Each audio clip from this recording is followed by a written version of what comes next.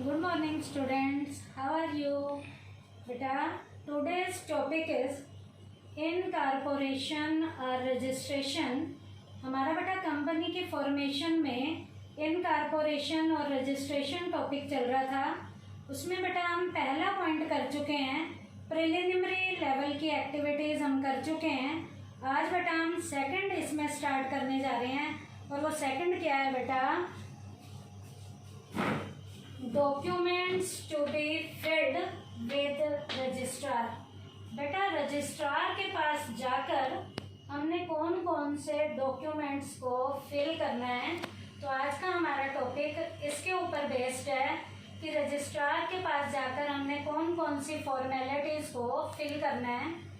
Along with the application the following documents to be filled. बेटा registrar के पास जो हम एप्लीकेशन लेकर जाएंगे, उस एप्लीकेशन के साथ ये जो डॉक्यूमेंट्स भी अब मैं बताने जा रही हूँ, ये डॉक्यूमेंट भी फिल करके हम रजिस्ट्रार के ऑफिस में लेकर जाएंगे। और जो जो डॉक्यूमेंट हम फिल करेंगे उसमें पहले डॉक्यूमेंट का नाम है मेमोरेंडम ऑफ एसोसिएशन। बेटा किसी भी कंपनी को शुरू करने का मेमोरेंडम ऑफ एसोसिएशन बेटा एक इम्पॉर्टेंट डॉक्यूमेंट है। It is a very important document. No company can incorporated without memorandum of association. बेटा किसी भी कंपनी का यदि हमें इनकॉर्पोरेशन कराना है तो मेमोरेंडम ऑफ एसोसिएशन उसका एक इम्पॉर्टेंट डॉक्यूमेंट है। अब बेटा ये इम्पोर्टेंट लेवल का डॉक्यूमेंट है, तो इस डॉक्यूमेंट में होता क्या है? It defines the objectives of the company. बेटा ये डॉक्यूमेंट कंपनी के ऑब्जेक्टिव को डिफाइन करता है एंड लिमिट्स ऑफ अथॉरिटी। और बेटा जितने भी member as a officer role play कर रहे हैं, उन ऑफिसर्स की अथॉरिटी कहाँ तक है, उनकी अथॉरिटी की लिमिट को भी बताता है। तो मेमोरेंडम ऑफ एसोसिएशन एक ऐसा डॉक्यूमेंट है जो कंपनी के ऑब्जेक्टिव को डिफाइन करता है और अथॉरिटी की लिमिट को बताता है। अब बेटा मैं एक एग्जांपल के जरिए आपको बताऊंगी यहाँ कैसे बताएगा। बेटा पब्लिक कंपनी में मिनिमम मेंबर के 7 मेंबर्स होने चाहिए। तो मेमोरेंडम ऑफ एसोसिएशन में ये लिखा हुआ होगा कि पब्लिक कंपनी के मिनिमम मेंबर 7 होने चाहिए और प्राइवेट के मिनिमम मेंबर 2 होने चाहिए।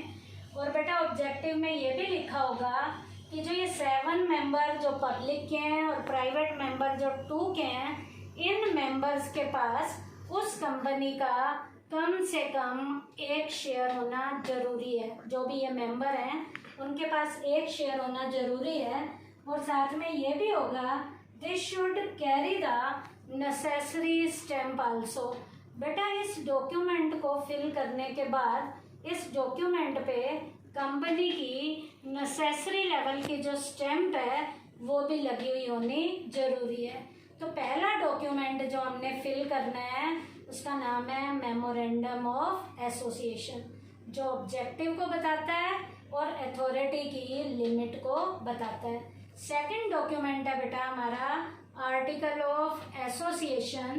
इन this document the rules are mentioned for fulfilling the objective mentioned in memorandum of association.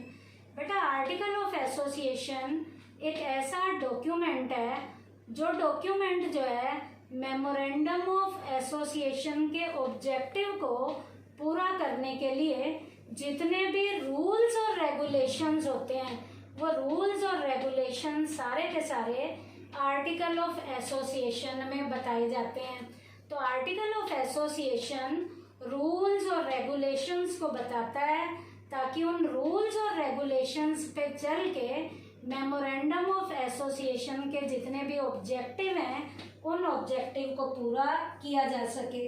और बेटा ये आर्टिकल ऑफ एसोसिएशन वाला जो डॉक्यूमेंट है ये किस कंपनी ने बनाना है और किसने नहीं बनाना। For a public company it is not necessary to prepare the article of association. बेटा एक पब्लिक कंपनी को आर्टिकल ऑफ एसोसिएशन बनाना जरूरी नहीं है, लेकिन जो है बेटा एक प्राइवेट कंपनी को इसे बनाना जरूरी होता है। तो जिस कंपनी को बनाना जरूरी नहीं है तो वो आर्टिकल ऑफ एसोसिएशन को ना बना के एक टेबल ए जो है उसके भी रूल्स और रेगुलेशन यहाँ अप्लाई कर सकती है। तो सेकंड डॉक्यूमेंट जो हमें फिल करना है उस डॉक्यूमेंट का नाम है आर्टिकल ऑफ एसोसिएशन। उसके बाद बेटा थर्ड नंबर की जो डॉक्यूमेंट में इंफॉर्मेशन हमने फिल करनी है वो क्या है, इंफॉर्मेशन अबाउट रजिस्टर्ड ऑफिस।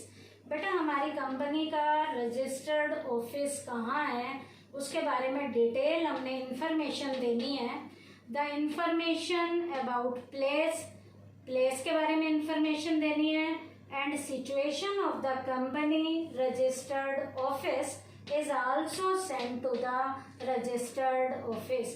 बेटा रजिस्ट्रार के ऑफिस में हमें अपने कंपनी के प्रॉपर प्लेस के बारे में, कंपनी की प्रॉपर सिचुएशन के बारे में इंफॉर्मेशन देनी है कि उसका प्रॉपर प्लेस कहाँ है और उसकी सिचुएशन कहाँ है, रजिस्टर्ड लेवल का उसका ऑफिस कहाँ है।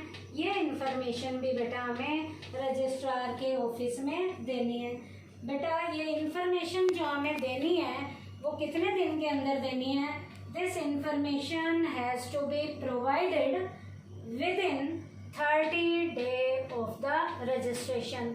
रजिस्ट्रेशन के 30 दिन के अंदर ये हमें इंफॉर्मेशन देनी है। उसके बाद बेटा लिस्ट ऑफ डायरेक्टर्स, हमारी कंपनी के डायरेक्टर्स कितने हैं, वो डायरेक्टर क्या क्या काम करेंगे उनकी लिस्ट देनी है। A list of those individual who have agreed to work as director of a company is send to the registrar. बेटा कंपनी के कौन कौन डायरेक्टर जो हैं as a director role play कर रहे हैं, उन डायरेक्टर के बारे में वो इंडिविजुअल कौन है उनकी लिस्ट भी हमें बेटा रजिस्ट्रार के ऑफिस में जाकर जमा करानी है। और बेटा इस लिस्ट में हमने क्या क्या देना है, उस डायरेक्टर का नाम होना चाहिए, उनका एड्रेस होना चाहिए और उन इंडिविजुअल की अदर लेवल की कोई इंफॉर्मेशन है तो वो इंफॉर्मेशन भी हमने देनी है। उसके बाद return consent of the director.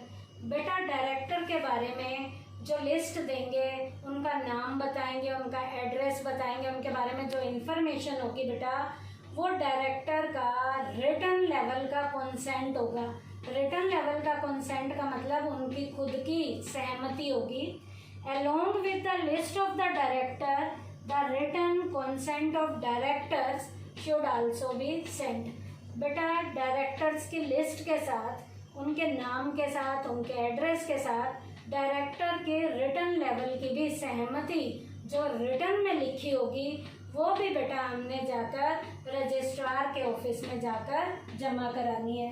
अब यहाँ भी मैं आपको एग्जांपल दूंगी कि ये रिटर्न लेवल का कंसेंट जो है किसके लिए ज़रूरी है और किसके लिए ज़रूरी नहीं है। In case of a private company no such consent is required. इसका मतलब ये कंसेंट पब्लिक के लिए ज़रूरी होगा, ये रिटर्न लेवल का कंसेंट जो है प्राइवेट कंपनी के लिए ज़रूरी नहीं होगा। तो जो डायरेक्टर हैं उन डायरेक्टर की लिस्ट, उनका रिटर्न लेवल का कंसेंट भी रजिस्ट्रार के ऑफिस में जमा कराना है। और ये इंफॉर्मेशन बेटा प्राइवेट कंपनी के डायरेक्टर्स के बारे में नहीं देनी, ये इंफॉर्मेशन हमें पब्लिक कंपनी के बारे में देनी है। तो प्राइवेट को इस तरीके की कोई भी इंफॉर्मेशन देने की ज़रूरत नहीं है। उसके बाद अंडरटेकिंग रिगार्डिंग क्वालिफिकेशन शेयर। बेटा क्वालिफिकेशन लेवल के शेयर कितने हमने लिए हुए हैं इसकी भी इंफॉर्मेशन रजिस्ट्रार के ऑफिस में देनी है। Along with the written consent of the director another information is also sent. बेटा डायरेक्टर की लिस्ट के अलावा, डायरेक्टर के रिटन कंसेंट के अलावा एक और इंफॉर्मेशन भी देनी जरूरी है और वो इंफॉर्मेशन क्या है, अंडरटेकिंग क्वालिफिकेशन शेयर। बेटा इन डायरेक्टर्स ने कितने कितने क्वालिफिकेशन लेवल के शेयर लिए हुए हैं जो डायरेक्टर को लेने ज़रूरी थे, उसके बारे में भी डिटेल इंफॉर्मेशन जो है हमने रजिस्ट्रार के ऑफिस में देनी है। तो ये क्वालिफिकेशन शेयर डायरेक्टर के पास कितने हैं, ये पब्लिक कंपनी के लिए देना जरूरी होता है, और ये इन्फॉर्मेशन प्राइवेट कंपनी के डायरेक्टर से रिलेटेड इन्फॉर्मेशन देनी जरूरी नहीं है। लेकिन पब्लिक के डायरेक्टर से रिलेटेड उनके पास कितने क्वालिफिकेशन शेयर हैं, उनकी इन्फॉर्मेशन भी हमें रजिस्ट्रार के ऑफिस में देनी है। उसके बाद है बेटा preliminary agreements with managerial personal. बेटा मैनेजरियल लेवल के जो व्यक्ति हैं वो क्या क्या उन्होंने एग्रीमेंट किए हुए हैं, उन एग्रीमेंट की भी डिटेल हमें रजिस्ट्रार के ऑफिस में देनी है। If company is managed by directors, company यदि डायरेक्टर्स के द्वारा मैनेज की जा रही है, कंपनी यदि मैनेजर्स के द्वारा मैनेज की जा रही है, कंपनी यदि किसी सेक्रेटरी के द्वारा मैनेज की जा रही है, या किसी ट्रेजरर के द्वारा भी कंपनी यदि मैनेज की जा रही है, तो उनके बारे में इंफॉर्मेशन रजिस्ट्रार के ऑफिस में देनी है। उसके बाद बेटा जो ये इंफॉर्मेशन देनी है, ये इंफॉर्मेशन भी बेटा प्राइवेट कंपनी के लिए देनी जरूरी नहीं है, ये इंफॉर्मेशन भी पब्लिक कंपनी के बारे में देनी जरूरी है कि पब्लिक कंपनी में कौन कौन as a director managerial activity को संभाल रहा है, कौन मैनेजर संभाल रहा है, कौन ट्रेजरर संभाल रहा है। तो ये इन्फॉर्मेशन पब्लिक कंपनी के लिए देनी जरूरी है, लेकिन प्राइवेट कंपनी के लिए ये इन्फॉर्मेशन देनी जरूरी नहीं है। उसके बाद लास्ट है बेटा स्टैट्यूटरी लेवल का डिक्लेरेशन, कि अब हमने कहना है कि सारी फॉर्मेलिटीज़ हमारी पूरी हो गई हैं, तो उसके बारे में भी हमने इन्फॉर्मेशन देनी है, और ये इन्फॉर्मेशन की सारी फॉर्मेलिटीज़ हमारी पूरी हो गई हैं, ये भी जाकर रजिस्ट्रार के ऑफिस में बताना है। At the time of incorporation a statutory declaration is sent to the registrar indicating all the statutory obligation have been completed।